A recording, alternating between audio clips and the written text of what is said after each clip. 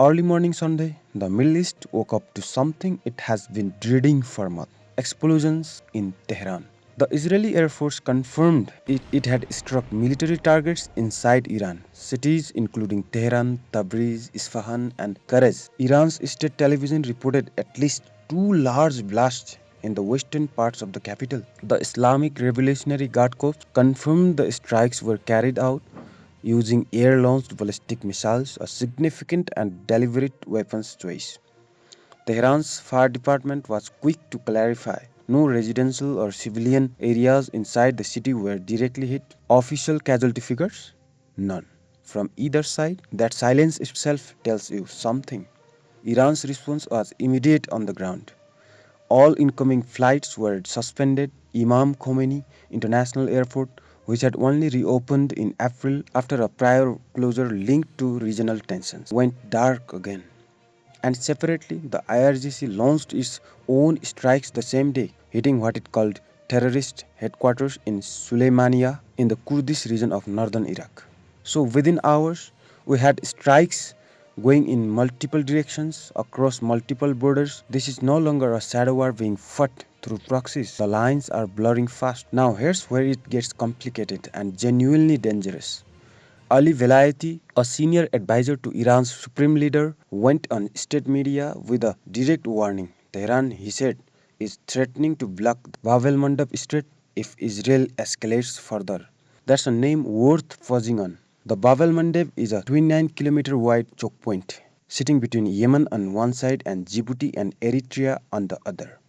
It feeds directly into the Suez Canal, and roughly 15% of all global maritime trade flows through it, connecting Europe to Asia. Iran backed Houthi rebels already pushed shipping costs up by an estimated $20 billion a year between 2023 and 2025 just by threatening that corridor.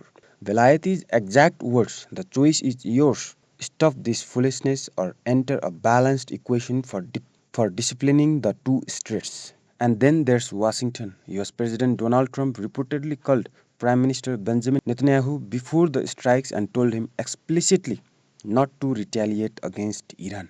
Netanyahu struck anyway, and Trump's public response was pointed. Speaking to Fox News, he said the strikes were not going to help and called on Tehran to get back to the table and make a deal. In a separate interview with the Financial Times, Trump went further, telling Netanyahu he would have to accept whatever deal the US negotiates with Iran because, quote, I call the shots. The White House, for its part, declined to confirm whether Israel's Monday morning strikes were coordinated with the United States.